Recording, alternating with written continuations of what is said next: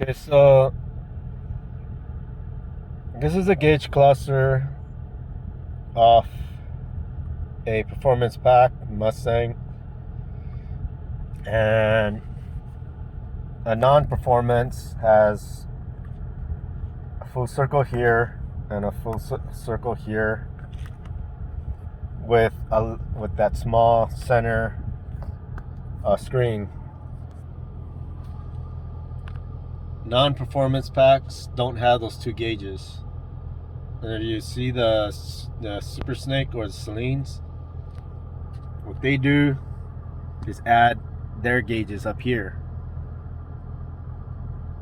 this high.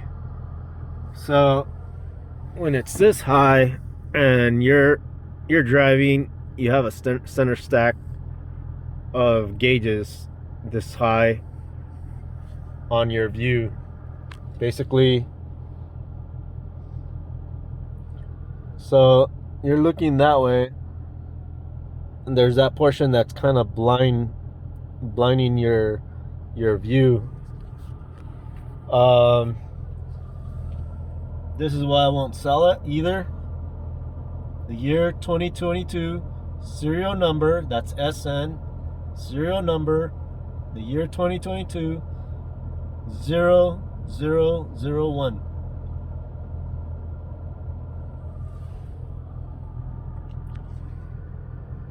And so you have the standard radio controls, cruise control,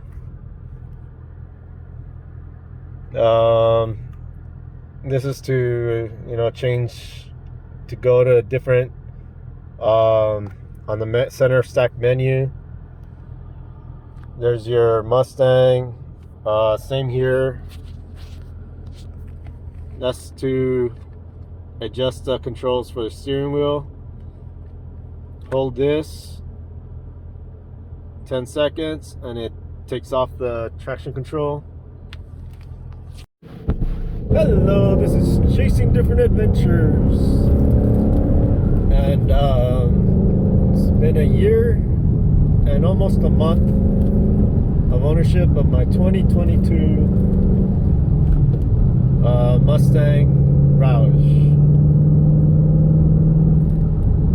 with the 6-speed third pedal manual transmission.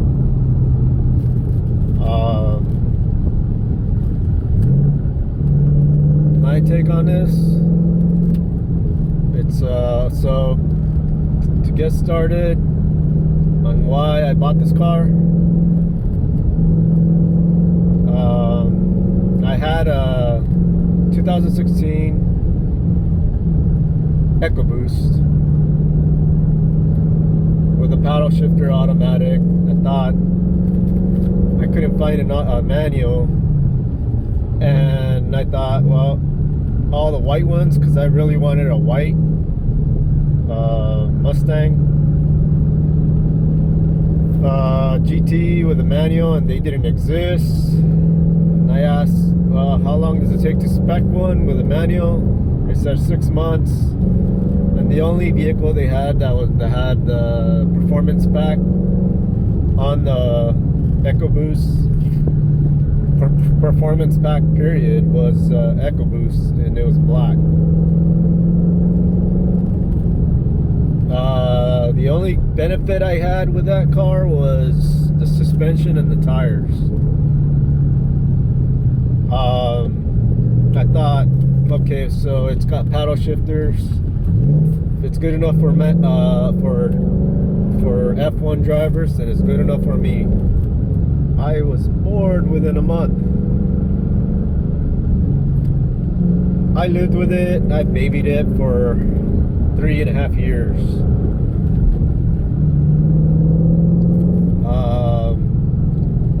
So I didn't spool up the turbo. I just let the car go. I didn't even press the accelerator a quarter of the way up, and the turbo got locked up. I never spooled it, so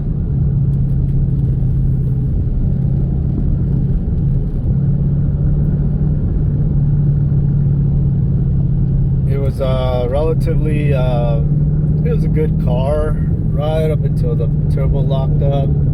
All the grease was settled and the bearings on it locked up basically. So I went through forums and realized that you have to put premium fuel only with all turbos, regardless of what the manual manufacturer's manual says.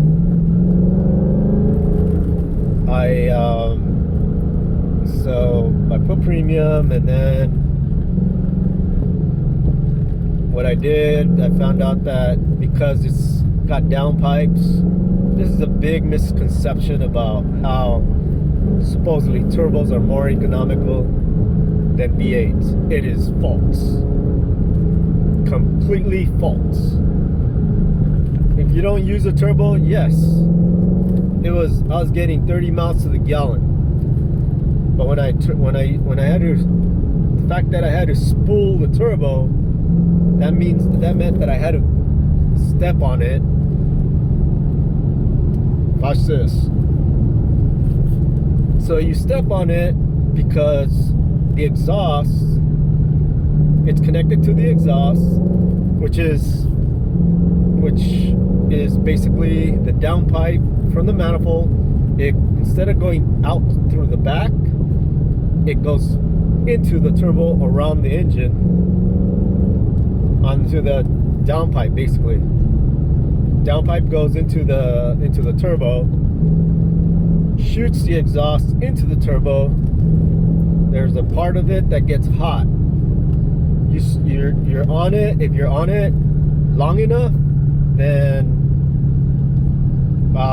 like race car drivers are, turbos get up to 1,875 degrees Fahrenheit, and it's melted 1/8 of an inch, mind you, without a heat shield or even an insulation blanket on the turbo, next to an all aluminum block that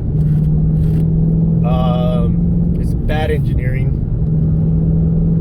So you have to have the intercooler to keep the turbo cool, and the turbo itself has oil. There's oil connected to it too, but so you have all this fluid, the extra fluid, extra volume to keep the turbo and the engine, the intake cool. So there's an extra tank of coolant to keep the turbo cool, you know. So there's, if you ever had a gallon of water or a gallon of milk, you know, a gallon of anything, that might have 2 gallons. I don't know. But you have these extra lines and hoses going into that turbo. So there's other fact that's adding weight to it, and then you have that extra pipe connecting to the turbo, which could have been part of the next, the other side of the pipe from a V8, you know, of the exhaust, or in a V6. So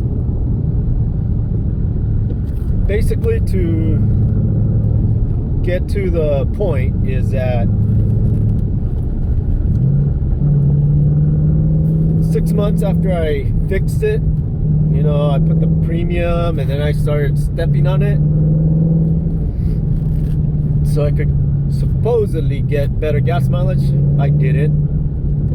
I went from getting 35 down to 12, 16 miles to the gallon, if that. And that's because I was stepping on it. I was going halfways and even maybe a little higher, a little, 3/4 of the way. Not necessarily flooring it, only when I accelerated onto the freeway.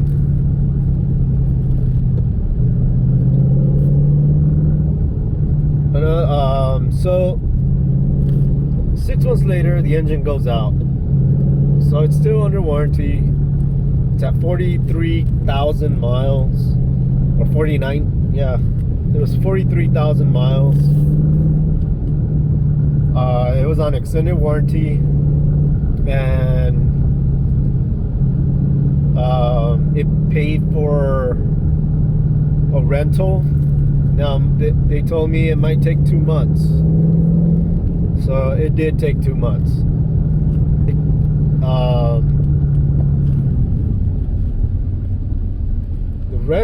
The warranty only pays for 1 month, and that's it. And the second month is out of your pocket. I was paying $93 per day. Do the math, it's over 5,000. I don't remember. I think it was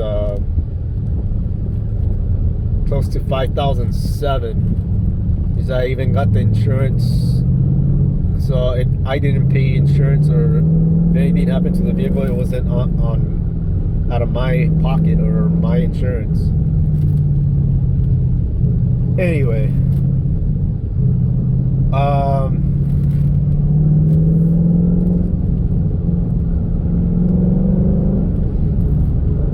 so I got the car back a year and a half later, 1.5 years later, at 60,000 miles. The engine goes out again. See, what happens is the engine, so piston has piston rings, and when the turbo heats up the block,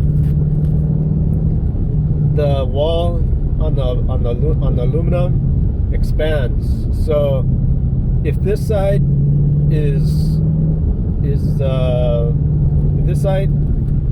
if this set of fingers are the outside next to the turbo, the part where my thumb is, the wall expands inward, so it opens up like this. What's inside the wall of the next to the on where the thumb is? It's the cylinder, and in this case, it was cylinder 3. So what's happened with cylinder 3 is that piston kept cutting into that wall, chomping into it, and so the very next day, cold start, the piston inside was doing this, floating inside, because it had cut up the wall inside the cylinder, shaking the engine. The whole car was shaking basically, and this I found out happens to all EcoBoosts, including from GM. I don't know what they call it, EcoTech, I think. But they did the same thing. They mount the turbo right next to the block. It's not like tuners, or like the Grand National from the 80s, or even the Cyclone early 90s, the 91, 92. The truck and the Typhoon, the SUV. Anyway, they mounted them turbos in front of the block where the pulleys were, so it didn't affect the engine itself. And they were mounted right next to the radiator, so there was less fluid, because there was, the tube that piping or tubing, whatever, the hose lines that went into the turbo didn't have to travel as far, so there was less coolant needed. It was a great design. If you know Gymkhana, the Mustang that Ken Block made, he passed away. My condolences to his family.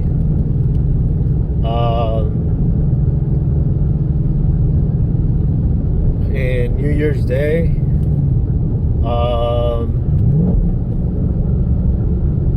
anyway, so they're tuners. They mount the turbos up front and in front of the engine.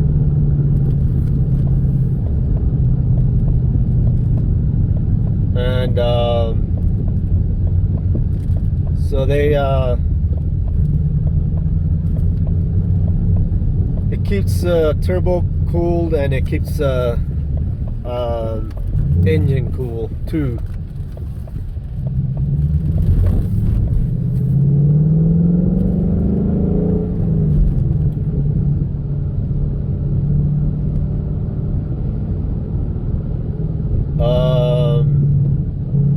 I wanted to say that when I bought this car, I was shopping for 2 months prior to the engine going, because I had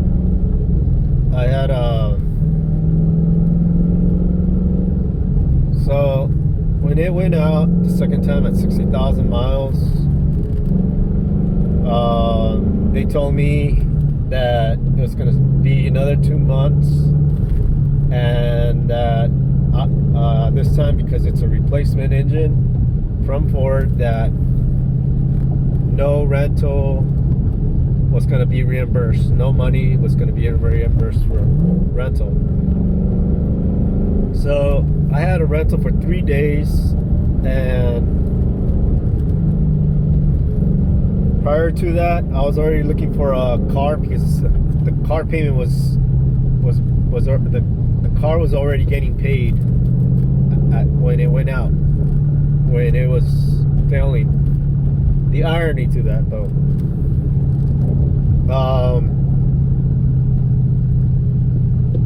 So I was already looking, because I didn't want to deal with what was happening when I found out about the turbo and stuff, the design. It was just so wrong.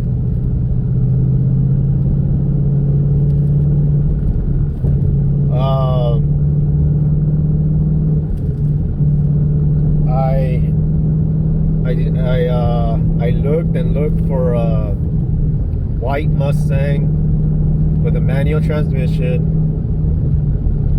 and at the time I was looking for even the Mach 1 handling pack and or a GT350 all in white, right? I know the Mach 1 has their paint scheme or their decal.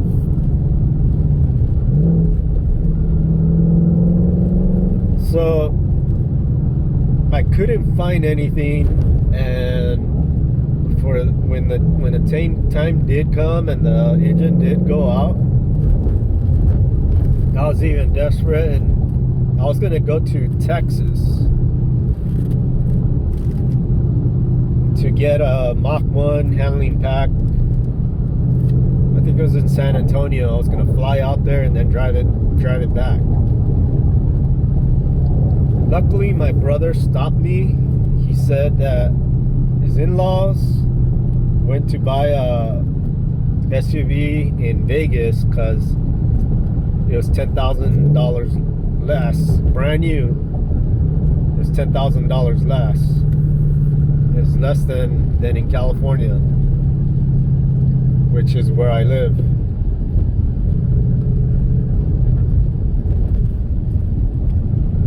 And he tells me, don't go, because you're gonna wind up paying taxes on the car twice. And when you go to DMV, they're gonna make you pay taxes on it, but before you even get it, before you even get the license plates, or even, you know, registration to be able, a permit to, you know, you get the permit to drive it for a month, and you have to have it refereed, not just for safety, but emissions by the highway patrol. So, you know, right there, you're already losing your you have to set up an appointment. You have to take a day off of day's work to get it refereed, and then to do the emissions test. So you do that, and then you have to take another day off to either, if you, that is unless you have AAA, to go to DMV and then get it registered. And then they tell you, well, you have to pay $7,900 of state tax, and then to get it registered. They're like, what? We don't have that. They spent that much on, you know, on a down payment, you know. So they paid tax on the vehicle twice, and so my brother saved me out of that problem. Because of that, so when I got the car, it was August 9th, 2022. It was prior to the price drops. Okay, so I don't know if you remember the inflation and how insane the prices were on all brand new or used vehicles. It was a time when that EcoBoost could have sold for like 30,000 bucks. I mean, it was around the price that maybe even more if I would have sold it then. But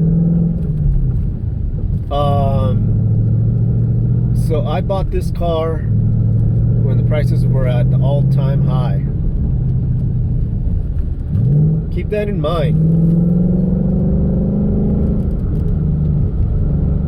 So handling pack in California, Mach 1, was $72,000.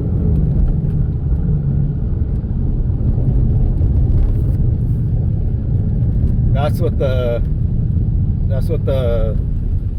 handling pack Mach 1 is.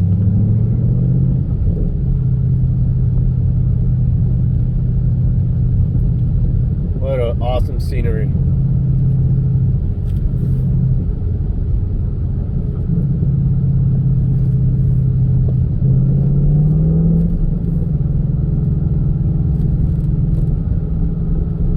I'd like to stop here, but it's right after a corner. Things tend to happen.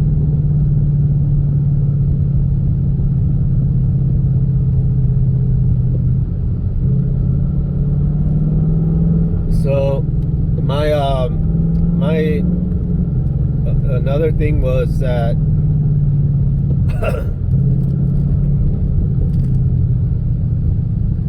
when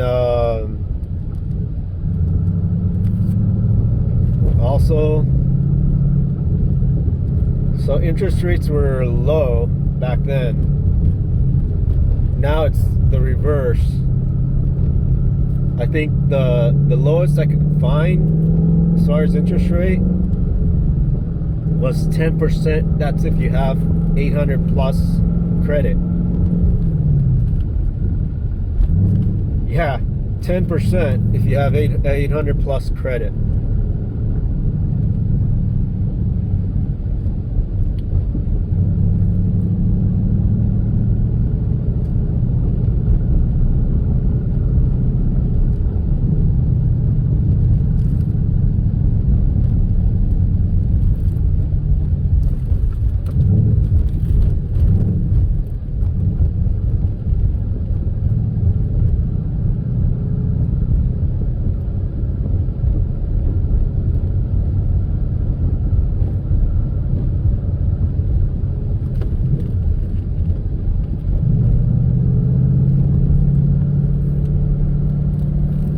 Coincidentally, it had rained a couple of days ago, so you'll see a lot of on the side rocks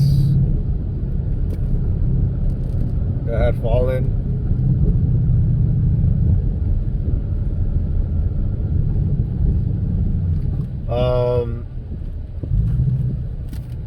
Now, where was I? So in the whole state of California, there were no white V8 Mustangs with a third pedal manual transmission. In the whole state, it did not exist. There were grays, there were blacks, there were some blue that were blue, but hey, none were white. And that's what I wanted. That's what I wanted back in 2016. And gosh, I got it, but I am paying for it. So now from Ford, the handling pack sticker, the manufacturer sticker price was $70,000 or $72,000, I think it was. It went to Roush, which is down the street in Flat Rock, Michigan, which is where the Mustang was made.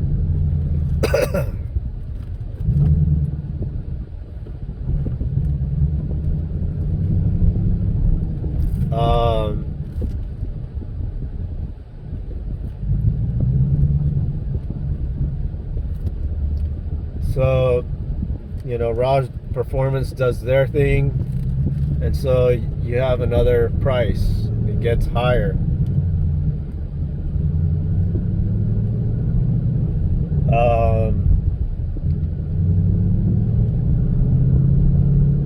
So the price went up significantly. Mind you, keep in mind, dealerships were marking up the prices up to 100% of the value of the car.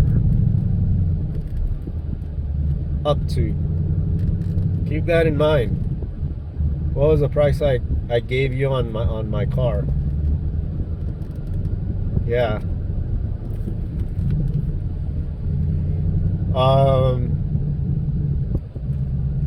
But luckily it wasn't up there for me. It wasn't 100%. It was more like 40% more. And from dealer costs. So last week or so, I've uploaded what it is from manufacturer's price opposed to dealership price and their markups, right? They're a business. They need to make some profit off the product that they bought from Ford, right? And then they resell it. That's the principle of making business. Okay,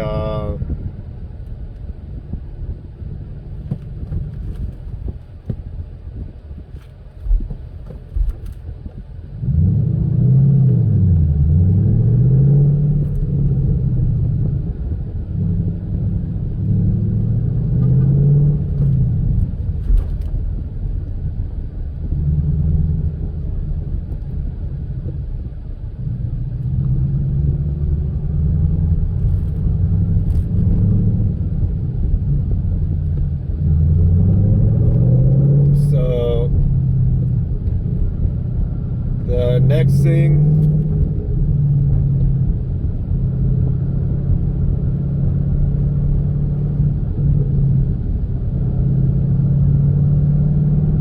so we know the dealership prices are really high, and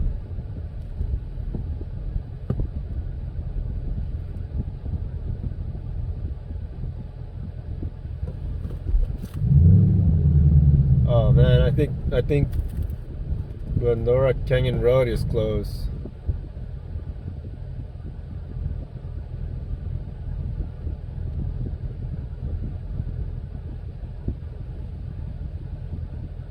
It's the only thing I could think of.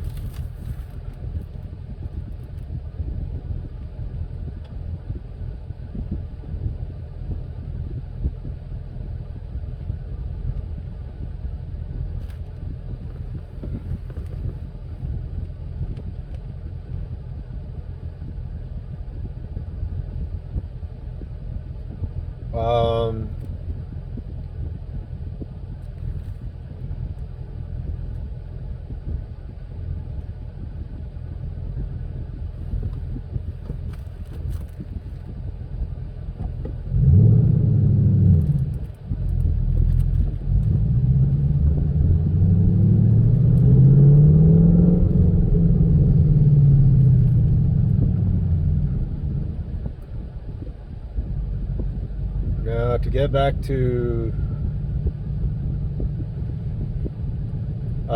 so my brother sent me the link to their dealership, and they had the only one available, and it was the only white Mustang with a third pedal.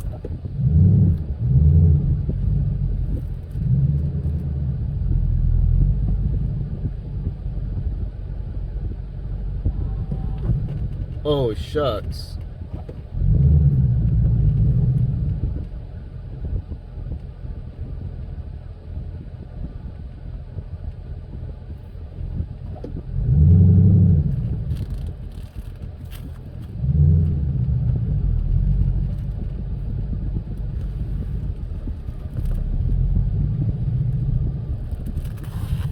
Ah, shucks.